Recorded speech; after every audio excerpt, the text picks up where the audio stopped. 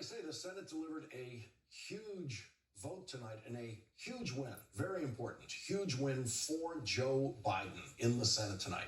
It was also a huge win for Chuck Schumer's legislative strategy in the Senate of passing a bipartisan infrastructure bill followed by a larger Democrats-only bill.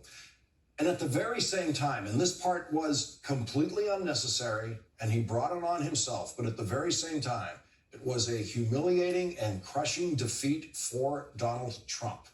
Any real movement on infrastructure legislation was going to, in effect, be a humiliation and a repudiation of the Trump presidency's complete failure on infrastructure and its repeated pretending that they were going to have an infrastructure week. But Donald Trump actually found a way to make tonight's humiliation much more devastating for himself by actively intervening in the bipartisan negotiations, something no ex-president before him ever did. Former presidents stay out of legislation. But because Donald Trump constantly reaches for new levels of imbecility, and because he seethes with jealousy at Joe Biden's ability to do what he could never do, Donald Trump decided to threaten the Republicans who were negotiating with the Democrats and Joe Biden on infrastructure. On Monday, he called them, quote, weak fools and losers. And based on experience with how much Republican senators have feared Donald Trump in the past, we had reason to suspect that Donald Trump would be able to scare off some Republicans from cooperating with Democrats. Here's the amazing thing. Instead of pulling one or two senators away and ruining the 60-vote threshold on this, the amazing thing is, in fact, since Donald Trump started threatening those Republicans, the number of Republicans supporting the bipartisan infrastructure bill doubled. That's right, it doubled. It doubled to 18, including Mitch McConnell, who voted for proceeding to the bipartisan Biden infrastructure bill. Mitch McConnell stood on the Senate floor and defied Donald Trump today.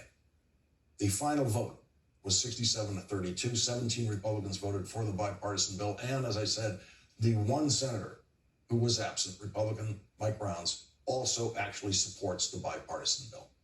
In a celebratory bipartisan press conference after the vote, Republican Mitt Romney said this. Some time ago, Ted Kennedy made a line at a celebration like this that I'll use. He said something of this nature. He said, I'll apply it this way. When Chuck Schumer and Mitch McConnell vote for the same bill, one thing, one of them hasn't read it. But in fact, both of them have. Both of them have been very involved. We've let them know what's going on in this process. Mitt Romney is a first-time legislator.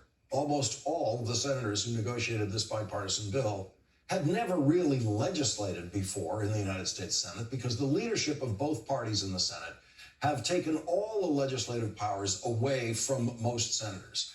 None of the committee chairmen have the kind of power that they used to have. And so senators are not experienced legislators anymore. It is wrong to use the word legislator only to mean the people who are elected to positions in legislative bodies. The reality is that the staffs in the Senate and the House do most of the real legislating and know 10 times more about it than the elected officials. They are, in every real sense, legislators.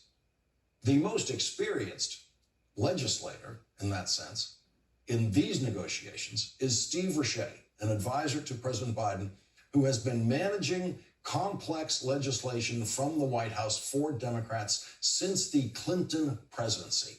Much of my confidence in the possibility of a successful bipartisan negotiation and vote in the Senate on infrastructure has been based on my personal knowledge of the skill set Steve Ricchetti brings to this work. When I was working in the Senate, I worked with Steve Ricchetti when he was in the White House, and I watched him masterfully handle the tensions and the technical difficulties of complex legislative packages. With Ron Klain as White House Chief of Staff and Joe Biden as president, the Biden-Klain-Ricchetti team is unmatched in the history of White House legislative experience. Republican Senator Rob Portman did the standard thing tonight, the traditional thing in these situations, by thanking people in the other party and in the White House who he had been working with. But this time he knew with every word he spoke tonight, he was defying Donald Trump, who just this morning threatened the Republican senators again, this time calling them, quote, weak, foolish, and dumb.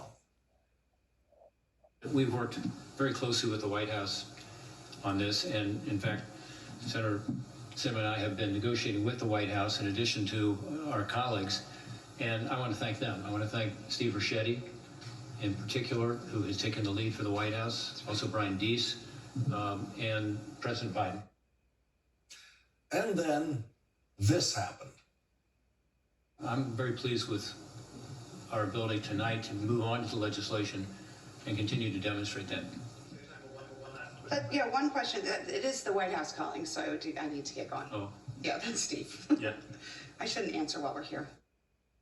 Steve Ricchetti never stops calling, even when the deal is done. President Joe Biden was in Pennsylvania today at a Mack truck factory when he got the word via Steve Ricchetti that they had a deal and that the Senate would vote tonight. You may have heard that in Washington now, just on the phone, looks like we reached a bipartisan agreement on infrastructure, fancy word for bridges, roads,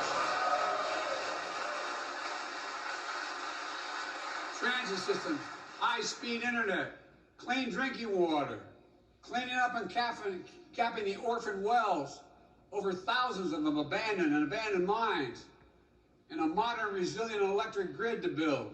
And I'm working with Democrats and Republicans to get this done because while there's a lot we don't agree on, I believe that we should be able to work together on the few things we do agree on. I think it's important. In just one tweet, Bloomberg's Jennifer Epstein captured everything that no one working in the Trump White House ever knew about how legislation gets done. Quote, Biden administration's engagement on infrastructure.